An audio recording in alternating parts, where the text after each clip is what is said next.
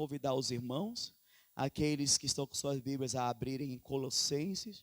Hoje nós vamos finalizar a série de mensagens, lições da prisão, onde nós abordamos 4 cartas, estamos abordando 4 cartas do apóstolo Paulo, que foi Efésios, Filipenses, agora Colossenses e Filemão. Estaremos encerrando hoje Colossenses e Filemão. O tema de hoje é a chave. Eu quero que você entenda que o Senhor, Ele quer nos abençoar. O projeto de Deus sempre foi em nos abençoar. Desde o início da criação, Ele se preocupa, Ele investiu esforços inumeráveis, inimagináveis para simplesmente nos abençoar. Por isso Ele disse a Abraão: em ti serão abençoadas todas as famílias da terra. E Abraão, diante da sua obediência e temor, ele destravou o que era uma promessa proferida.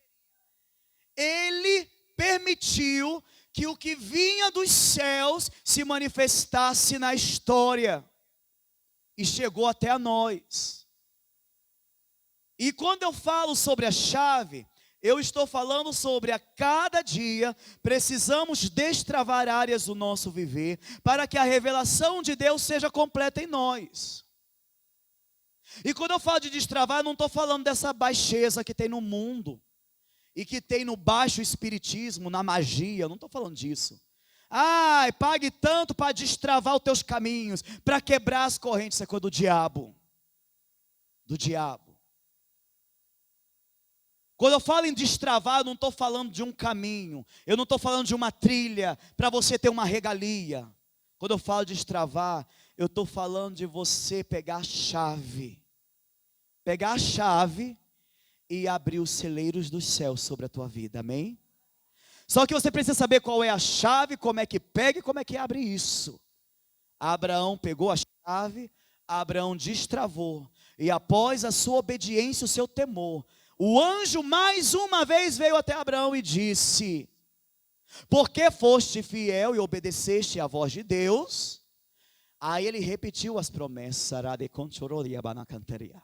Você recebe a palavra do Senhor uma vez, você descansa, porque diz: agora eu sei o que Deus para mim. Você relaxa, clama a Deus para ouvir novamente. Você escuta uma vez como enunciar. Deus anuncia o que Ele tem para você, mas você só toma posse se pela segunda vez você ouvir.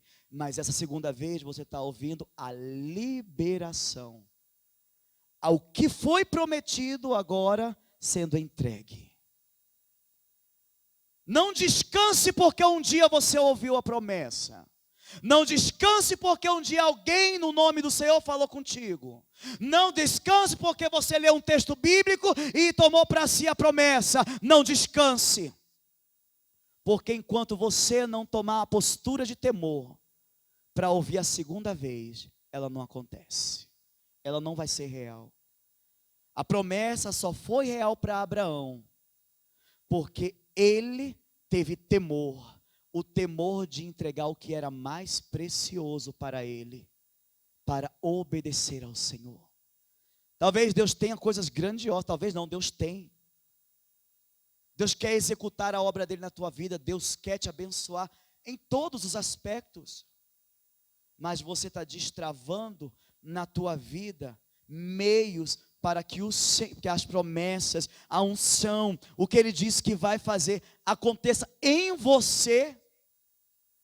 Entenda, a palavra do Senhor nos cobre, nos alcança. Na multidão, a mulher com fluxo de sangue, ela enfrentava uma multidão, ela se rastejou no meio da multidão, ela tinha uma enfermidade, que era o fluxo de sangue, 12 anos, não é isso? Se eu não estou enganado, sou péssimo com data, mas é 12 anos sofrendo, gastou tudo o que tinha. E será que no meio daquela multidão não tinha outros enfermos? Tinha, com certeza. Será que pessoas não estavam tocando em Jesus no meio da multidão? Estavam, com certeza. Os próprios discípulos, quando Jesus questionou, alguém me tocou, quem me tocou? Quem me tocou? Os discípulos, mestre? Ou seja, é incoerente essa pergunta. No meio de uma multidão, todo mundo está te empurrando e pergunta quem me tocou. Aí Jesus disse, não, de mim saiu virtude para curar. Alguém destravou o que tem em mim para receber. Aleluia. Jesus está aqui porque tem mais de 2 ou 3 reunidos, mas nem todos destravam o que tem nele. Nem todos absorvem o que tem nele. Como se faz isso? Como diante de promessas de um poder tão grande se vive essas bênçãos? Através de 7 chaves, né? Que o Senhor tem para nós, como destravar nossas vidas. 7 chaves que nos ajudarão a destravar nossas vidas. Então eu vou dar 7 direções dentro da palavra do Senhor, dentro da carta de Colossenses e de Filemão. Preste atenção. É simples, mas é a realidade de como viver uma coisa extraordinária. Mas eu preciso me dedicar ao que é básico. Se Deus diz, eu quero isso de você, entregue o que Ele diz que quer. Na minha vida e na vida de qualquer um servo de Deus, Ele te pede aquilo que é essencial para você. Ele pede aquilo que é crucial, que é valoroso. Se você coloca numa balança, competindo numa realidade para Deus, alguma coisa que está sendo mais prioridade do que Deus, mais prioridade do que Cristo, Ele vai mexer nisso, para te ensinar. Mas não é porque Ele quer fazer o mal para você, não, não é tom de ameaça, não. Ele quer te abençoar, você está entendendo? Que Ele tem vontade de te abençoar, que Ele tem vontade de você viver o melhor que Ele tem para a tua vida, e Ele mexe em coisas e faz doer, para que você chegue ao propósito dEle. A primeira coisa que eu preciso para destravar minha vida, é uma entrega horizontal e um retorno vertical. Preste bem atenção nessa matemática, nessa fórmula. Entrega horizontal e retorno vertical. Lá em Colossenses, no capítulo 1, no verso 5 diz: quando a verdadeira mensagem, a boa notícia do Evangelho chegou a vocês, pela primeira vez vocês ouviram falar a respeito da esperança que o Evangelho oferece. O Evangelho faz o quê, irmãos? Oferece. O Evangelho tem mais a ver com dar ou com receber? Com dar. Melhor é do que? Quantas pessoas estavam privilegiando Jesus? A gente vê no enredo dos evangelhos. Quem mais entregava? Eram as pessoas para Jesus ou Jesus para as pessoas? Jesus para as pessoas. Só que qual é o evangelhozinho que nós vemos hoje no mundo? Todo mundo querendo tirar das pessoas. Tirar a genuína fé das pessoas, corrompendo por uma barganha de troca e venda. E as pessoas se deixando iludir por essa grande mentira de Satanás. O evangelho, ele é simples. Quando a minha vida, quando eu existo para abençoar o próximo, eu vejo alguém com fome e dor de comer, quando eu vejo alguém que precisa de algo, eu ajudo, eu conduzo aquela pessoa à natureza de Cristo, ao sentimento de Cristo. Alguém que precisa do meu perdão, eu dou o perdão. Alguém que precisa da segunda, terceira, quarta chance, eu dou a terceira, quarta chance. Perdoo 70 vezes 7, assim como Jesus nos manda entregar. O nosso ser é um ser doador, mas para esse doador ser real tem que ser uma doação, uma entrega horizontal. Porque muitas vezes quando eu chego para Deus eu quero inverter. Não é entrega vertical. Em que sentido? Quando eu estou diante de Deus, louvando, eu falo: Senhor, eu te amo de todo o coração, o Senhor é tudo para mim, nada se compara ao Senhor. Você está entregando verdades, mas em palavras para Ele. Ele não quer isso. A palavra de Deus, ela usa um parâmetro horizontal para definir o nível do nosso relacionamento com Deus. Porque a palavra do Senhor diz assim: como é que você pode dizer que ama a Deus a quem você não vê e não ama teu irmão que você vê? Ou seja, o parâmetro do amar a Deus é medido pelo amor ao irmão que eu estou vendo. Se eu não consigo amar o meu irmão que está do meu lado, se eu não consigo tratá-lo bem, se eu não consigo entregar a ponto de edificar aquela vida, de alegrar aquela vida, mas quando eu chego para Deus, eu digo que Deus está satisfeito comigo, eu vivo como se Deus estivesse agradando o meu viver, mas acontece que no horizontal isso não está acontecendo, o que anula aquilo que eu faço para Deus. Se você odeia seu irmão, você anula o teu amor por Deus. Se você não perdoa o seu irmão, você anula a realidade de perdão de Deus para a sua vida.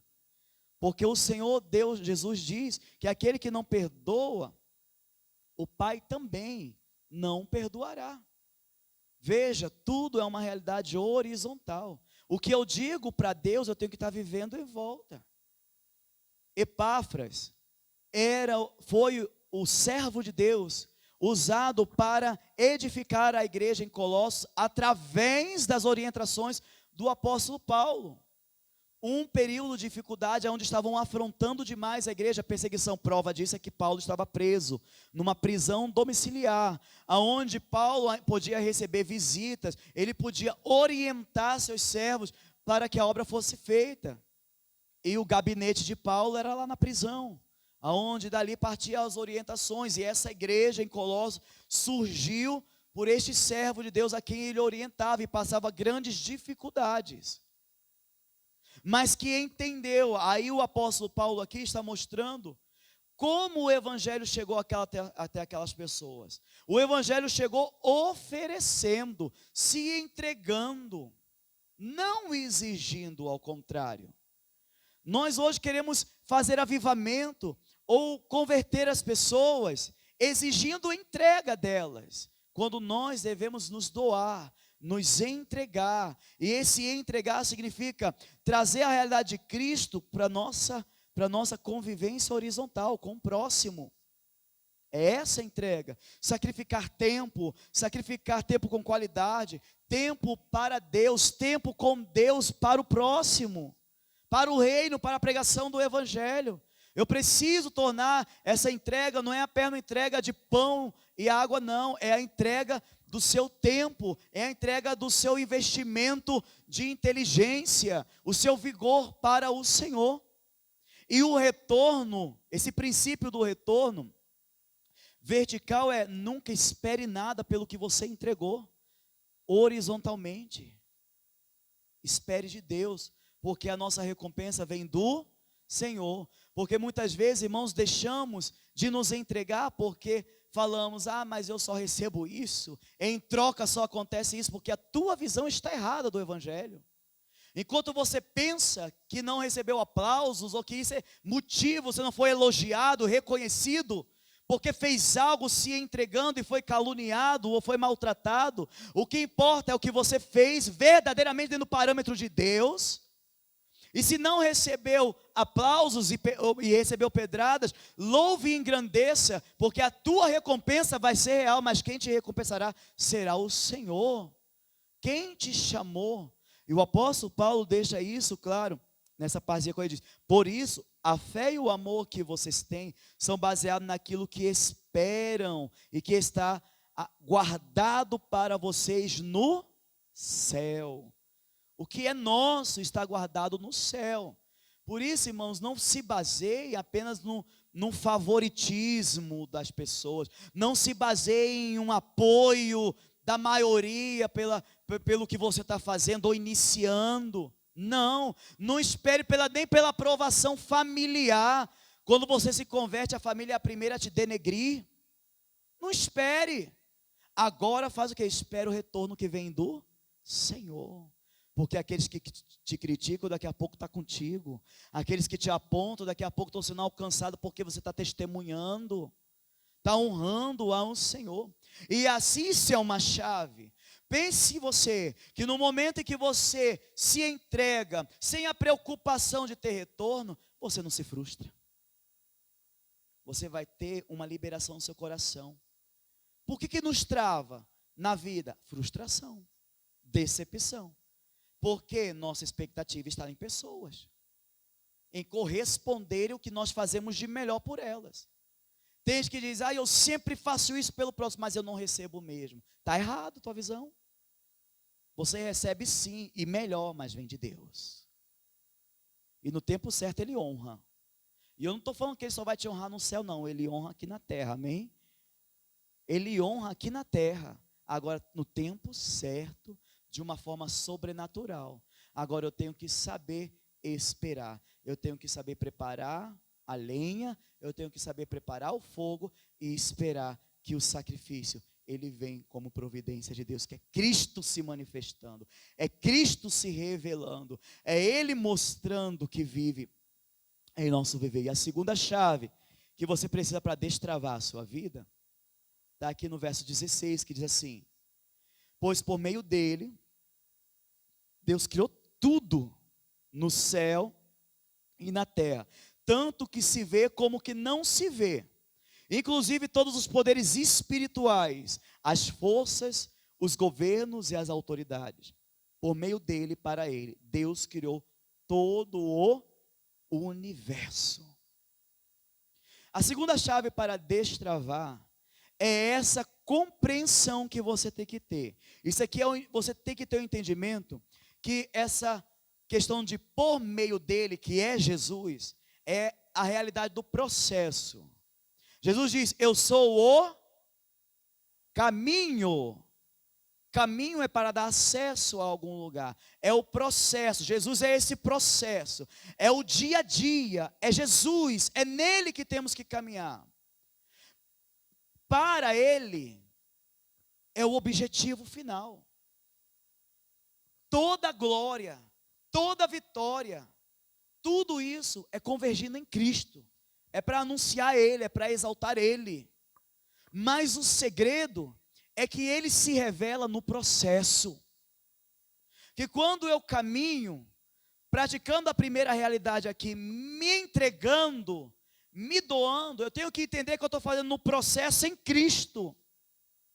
E que neste processo, o objetivo final, que um dia será a grande vitória do Senhor em se manifestar nessa terra, vindo buscar a sua igreja, derrotando definitivamente Satanás, lançando a morte e o inferno lá no lago de fogo, e mostrando que aqueles que creram até o fim, recebem a vitória, e que aqueles que duvidaram e zombaram, receberão a justa recompensa por isso. Mas eu tenho que entender que a minha caminhada é em Cristo Jesus, por meio dele, não da forma que eu quero, não da maneira que eu penso, mas eu tenho que caminhar por ele, através dele. Ele é o processo, ele é cada escolha. Eu preciso fazer Cristo ser real em meu viver, e dessa forma você vai destravando. Sabe por quê? Porque você vai resolver uma questão, você vai comprar uma casa. Só que tudo que você faz, você sabe que é por meio dele. Então todo o processo, cada detalhe, você vai através de Jesus nas decisões, na orientação, tudo por meio dele. O que você vai acabar vendo no final? Que é para ele, que é para a glória dele. Tudo o que acontece por meio dele termina para ele. Então é glória, é vitória. Ele jamais deixará ser envergonhado aqueles que nele permanecem, que nele está caminhando. Segunda chave, a terceira. A terceira chave, ela aqui é um pouco mais assustadora para nós seres humanos, mas é a verdade mais intensa do Evangelho. Eu já expliquei várias vezes que na caminhada cristã, se você vai caminhando, chega um momento que você vai ver uma plaquinha na estrada: morra para prosseguir. Se você não morre, você não prossegue. E que morrer é esse? A palavra diz: portanto, por meio do Filho, Deus resolveu trazer o universo de volta para si mesmo. Ele trouxe a paz por meio da morte do seu filho na cruz. E assim trouxe de volta para si mesmo todas as coisas, tanto na terra como no... Nós estamos falando de destravar a realidade espiritual para vivermos a bênção, o projeto de Deus. Acabamos de ver que todo o universo foi conduzido de volta para Deus através da morte de Cristo. Se eu quero que a minha vida, ela seja atraída para Deus, para este universo de paz, do reino de Deus, eu preciso morrer como Jesus.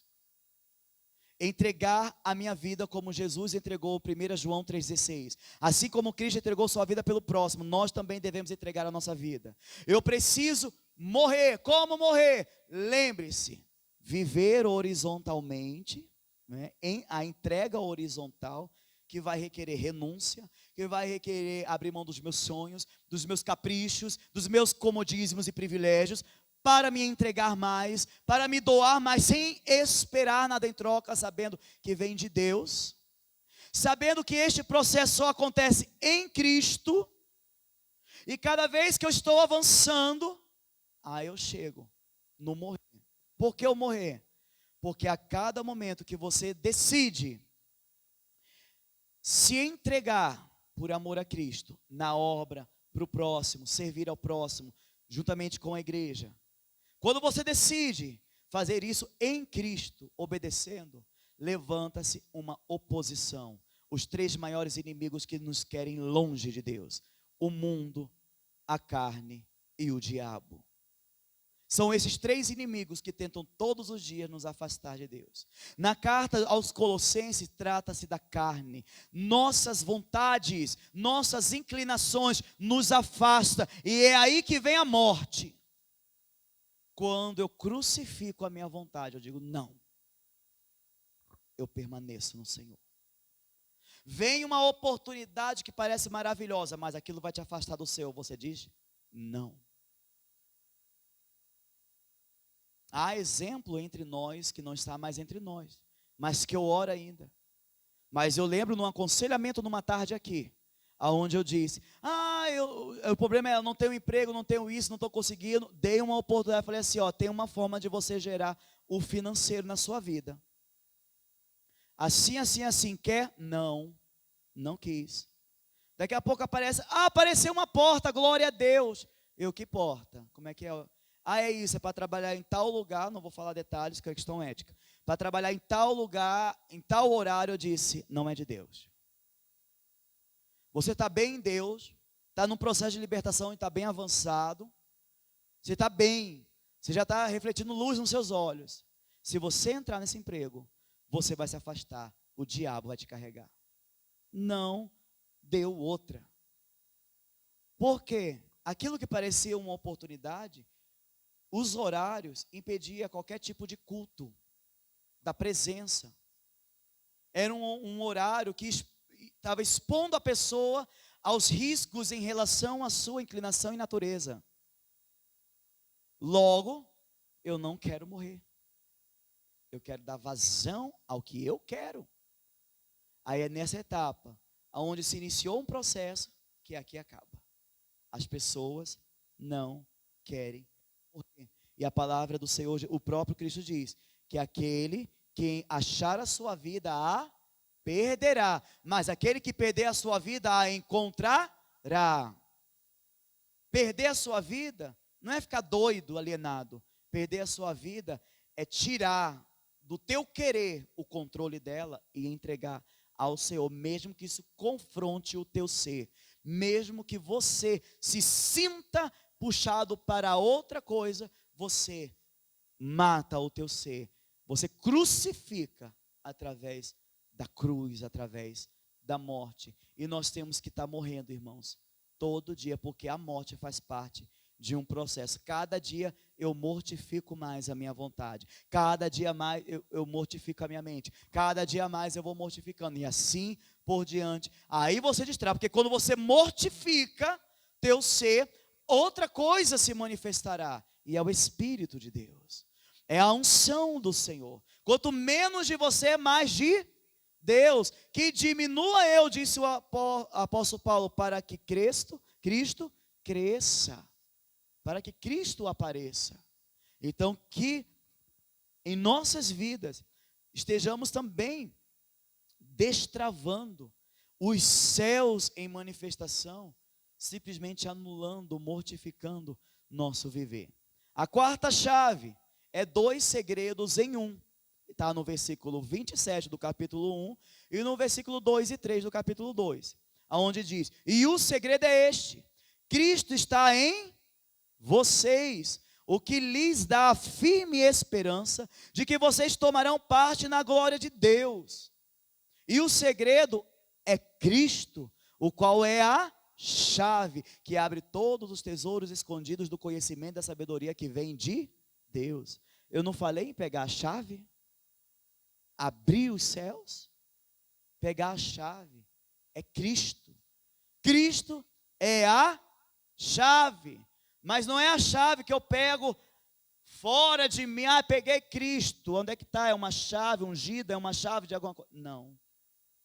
Qual é o primeiro segredo? Cristo está onde? Cristo está onde? Em nós.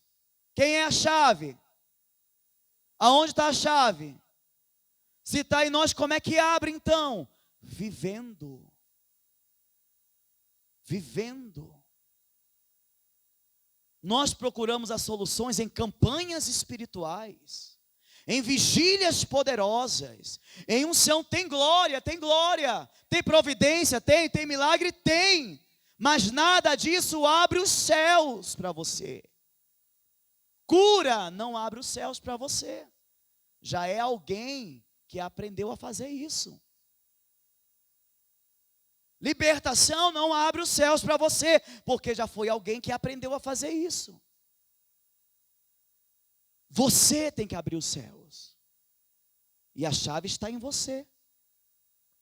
É Cristo sendo real na tua vida.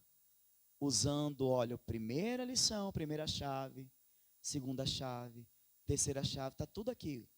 Um passo a passo de uma experiência extremamente profunda em Deus. Quinta chave. Depois que eu decidi caminhar, me entregar, decidi e entendo que esse processo é em Cristo. Quando alguma barreira aparece diante de mim, mortifico a minha carne, crucifico o meu eu, para permanecer no propósito do Senhor. Aí, na continuidade, eu preciso estar firmado, usar esta chave aqui, praticá-la. Eu preciso viver sem regras, porque uma coisa terrível que acontece: as pessoas começam na fé, mas terminam na religiosidade. Uma listinha de não pode isso, não pode aquilo, não pode isso, não pode aquilo, não pode. Eu não estou falando de libertinagem. Eu estou falando aqui que as igrejas, infelizmente, criam tanta coisa que não é de Deus, criam tantos ensinamentos pesados, que na mesma época de Jesus disse: vocês fariseus exigem coisas que nem vocês mesmos suportam, nem vocês suportam carregar, porque vocês colocam fardo nas costas dos outros. Vou dar um exemplo: pessoas que andam oprimidas em igrejas, com anos de caminhada querendo se batizar, mas igrejas que não batizam porque diz: não é casado, então eu não batismo. Esse ensinamento não é bíblico. E por causa de um ensinamento de homens, pessoas estão oprimidas e deixam de passar pelo batismo das águas, porque atrelaram isso a uma outra pessoa, por estar casado ou não, separado ou não, que não tem nada a ver dentro dos princípios bíblicos para o batismo, por exemplo. E são ensinamentos que diz, por exemplo, tem que ser com saia, se não adorar com a saia até o pé, não dá. Se não tiver todo tampado com um véu na cabeça. Essas coisas são regras inúteis. Vocês morreram com Cristo e por isso estão livres dos espíritos maus que dominam o universo. Então por que é que vocês estão vivendo como se fossem deste mundo? Não obedeçam mais a regras como estas. Não toque nesta coisa, não prove aquela, não pegue aquela. Todas essas proibições têm a ver com coisas que se tornam inúteis depois de usadas. São apenas regras e ensinamento que as pessoas inventam. De fato, essas regras parecem ser sábias. Ao exigirem a adoração forçada dos anjos, a falsa humildade e um modo duro de tratar o corpo, mas tudo isso não tem nenhum valor para controlar as paixões que levam à imoralidade. O apóstolo Paulo está dizendo, e eu testifico agora, eu participei há pouco tempo de uma vigília. O pastor em questão da igreja me chamou ao canto e me disse, peço oração, pastor. Está vendo aquela pessoa? O Senhor trouxe uma palavra e revelou isso. Está vendo aquela pessoa ali?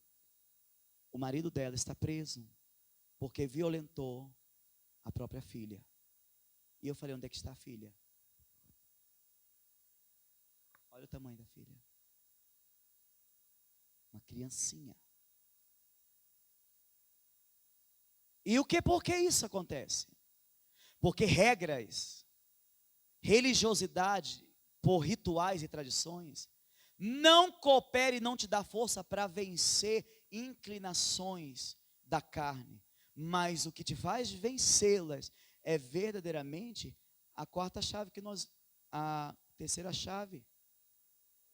O morrer. O se abdicar de criar um palhaço de circo, porque anda de terno e gravata lá embaixo, achando que é alguma coisa. Achando porque a tua aparência mostra uma autoridade, e na verdade essa autoridade tem que vir de dentro para fora. Não adianta seguir essas regrinhas religiosas. Nós temos que seguir uma regra sim, uma regra de fé e prática, estabelecida por Cristo, pela vida de Cristo Jesus. A sexta chave é substituir o velho pelo novo. Nós sempre, ministerialmente, como experiência de libertação, quando vamos numa casa, eu falo pessoalmente porque eu sempre dou essa dica, quando eu vejo pessoas que acumulam tralhas, que tem aquele quartinho cheio de tralha que não usa, coisas velhas, coisas que estão velhas por estarem guardadas, que estão tanta coisa, acúmulo, volume de coisas, você vê aqueles volumes de coisas, que me dá uma agonia, porque isso não permite vir um novo. Eu vi um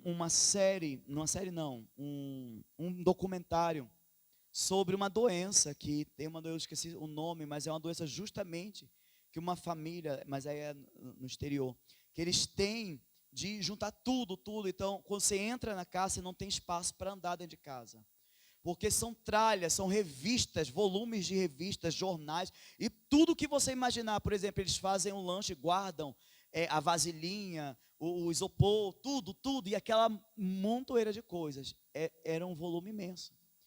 E no documentário, que era um reality show, o desafio era convencê-los de retirar. E quando eles começaram a arrancar o lixo, aquela família chorava, como se estivesse tirando uma coisa de grande valor, e era lixo. Mas eles choravam simplesmente por verem removendo aquilo. E substituir o velho pelo novo é exatamente isso. Nós queremos caminhar, estamos em Cristo, estamos no processo, até nos mortificamos, mas não estamos dispostos a abandonar o velho e deixar vir um novo modo de pensar, um novo modo de enxergar, um novo modo de agir, se revestindo do novo homem, como nos textos bíblicos, mostra que para combater, por exemplo, os desejos velhos, eu preciso substituir por uma renovação, nos meus sentimentos, no meu desejo, eu tenho que ser renovado. Se o sentimento é de uma forma, eu preciso de outro para substituir. E a palavra em Filipenses, por onde nós passamos, diz: tende em vós os mesmos sentimentos que houve em Cristo. Tira os teus sentimentos, coloca o de Cristo. Declarei ontem numa conversa aqui com os irmãos, eu odeio a minha natureza do eu natural, porque ela é inimiga de Deus. Mas eu amo a natureza que Deus criou, que Deus está forjando a cada dia em meu viver, que é o quê? Revestimento do novo homem. Todo aquele que tem Cristo, a cada dia está sendo transformado. E quanto mais você dá espaço nesse processo, quanto mais você coopera, mais o velho vai desaparecendo e vai vindo o novo, vinho novo em odres novos, combatendo o sentimento por um novo revestimento, por uma blindagem. Como diz, uma couraça protegendo o teu coração, teus sentimentos. E última chave, que se encontra no livro de Filemão, é gentileza gera gentileza. Nós assistimos, por coincidência, não existe coincidência, mas Jesuscidência. Ontem nós assistimos aqui um filme que é Klaus, que é um filme sobre o Natal, e falava justamente sobre atos de gentileza sempre geram mais gentileza. Só que quando a gente vem aqui para Filemão, a gentileza, ela ultrapassa o parâmetro de apenas uma educação, uma forma de fazer o outro se sentir, é além, é muito mais. Para exemplificar isso, somente com todo o livro de Filemão, que é um capítulo só, tá, irmão? Então, se os irmãos quiserem ler hoje o livro inteiro, pode ler. Lá aconteceu uma situação. Onésimo era um escravo. Filemão é um homem rico. E Filemão, sendo cristão, esse escravo fugiu. Esse escravo deu um grande prejuízo para Filemão, que a carta não deixa muito claro. Mas acontece que Paulo, estando preso, de alguma forma Filemão foi Onésimo foi até Paulo. A prisão de Paulo era uma prisão domiciliar. Era uma prisão onde ele poderia ter contato com pessoas. E Onésimo foi uma dessas, que talvez por remorso, por não saber o que fazer, e por saber que o prejuízo que o escravo cometeu a Filemão ia resultar em morte, em tortura, porque era esse o procedimento da época. Então ele correu para Paulo, só que ele começou a ajudar Paulo, ele se converteu, ele aprendeu. Aí Paulo escreveu a carta para Filemão, dizendo, orando, elogiando a vida de Filemão como servo de Deus e falando, olha, eu preciso que você me faça uma gentileza. Eu preciso que você receba Onésimo de volta como irmão. Imagine, olha como é que é prática essa questão dessa chave. Você precisa receber ele como irmão, como se estivesse recebendo a mim. E se ele cometeu prejuízos, coloca na minha conta, porque você, Filemão, me deve a sua própria vida. Olha como é forte a palavra de Paulo para Filemão.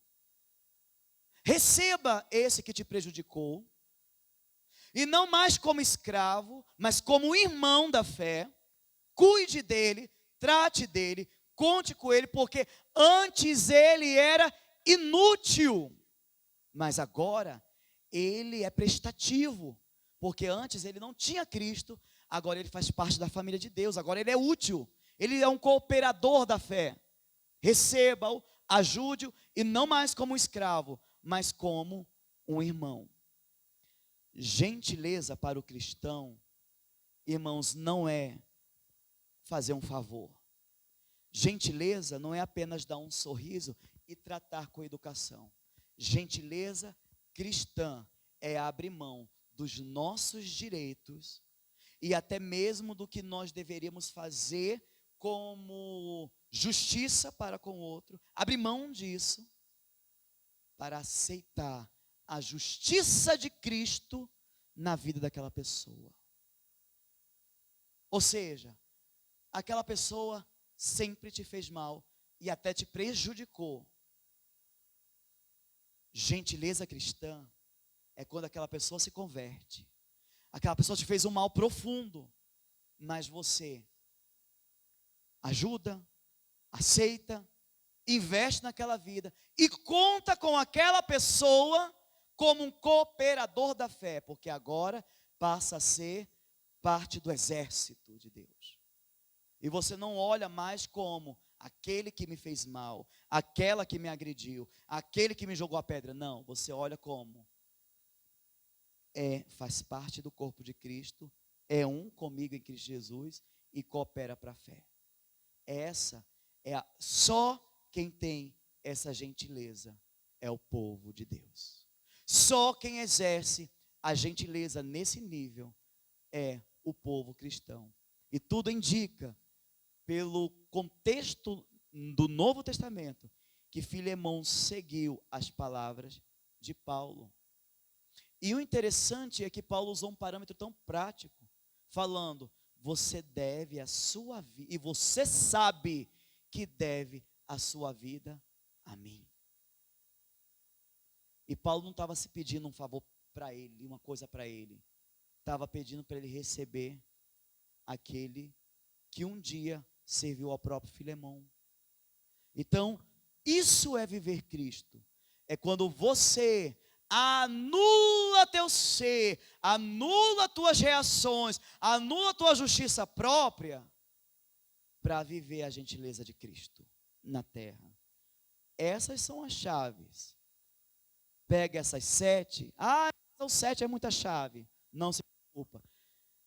Existe uma expressão bíblica que fala sobre os 7 Espíritos de Deus. Deus não tem 7 Espíritos. É um Espírito só, mas que tem características múltiplas.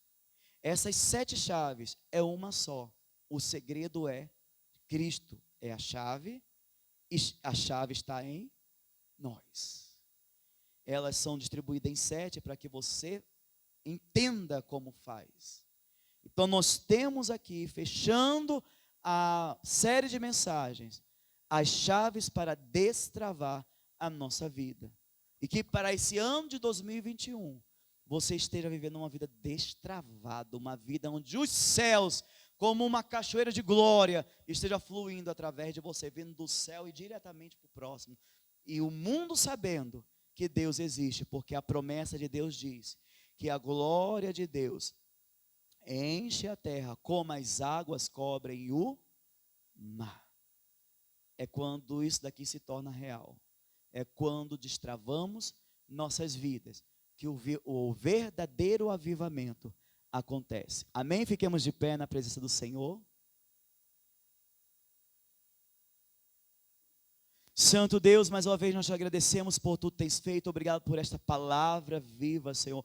Obrigado por nos instruir, Senhor. Obrigado, Senhor, por nos dar as chaves, Senhor, para viver verdadeiramente Cristo nesta terra. Obrigado, Espírito Santo, porque o Senhor está nos levando de uma forma prática a esse entendimento, para vivermos, para manifestarmos teu caráter, Senhor. Obrigado. Ó Deus, capacita teus filhos, que esse entendimento o diabo não tire do coração deles, para que eles vivam e pratiquem o evangelho do Senhor, em nome de Jesus, amém.